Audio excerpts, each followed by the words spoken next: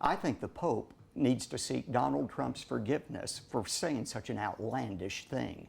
Look, remember, it was just a year ago this week that ISIS chopped off the heads of 21 Coptic Christians on the beach in Libya. Then they looked into the camera and said, "We're coming to Rome next." The Pope, above all people, ought to understand the security threat we all face, and he also ought to understand the fact that the Bible gives government a different responsibility than the church. Government is supposed to uphold the laws and protect its citizens. I think Trump's response was absolutely perfect.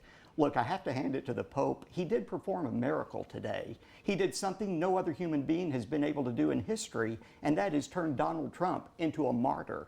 I think people are going to flock to Trump because of this. I think his poll numbers will go through the roof, because as much as people respect the Pope, and I respect the Pope, nobody wants to see the Pope inserting himself into the American election, and they sure don't want to be taking security advice from the Pope. I think this is a very clear instance in which the Pope took the first swing at Donald Trump, and I think Donald Trump had every right and responsibility to answer. Now, I'm told by people who seem to know what they're talking about that the Vatican will be issuing a clarification of what the Pope meant. I think they're going to backpedal on this as quickly as they possible because, again, the American people, Catholics and Protestants alike, don't like the Pope inserting himself into American politics.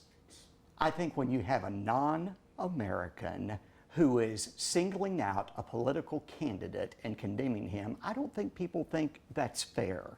I think it would be another thing even if it were an American pastor like myself. I think people would look at it a little bit differently than they do now. Of course, the Pope is free to do whatever he wants to, but you watch, the Vatican's going to backpedal on this.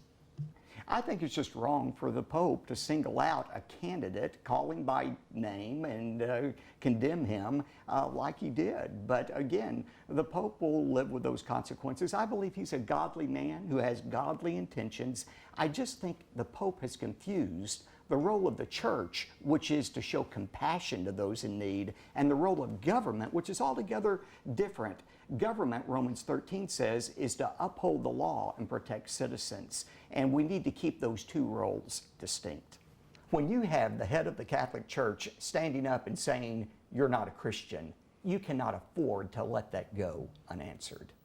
If it escalates, should it continue? Should it continue until somebody just relents?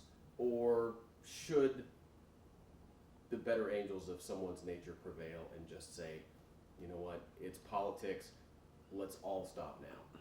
Well, I think many people would say that the Pope probably represents the better angels, and maybe he will pull back, and I will guarantee you he will pull back at some point.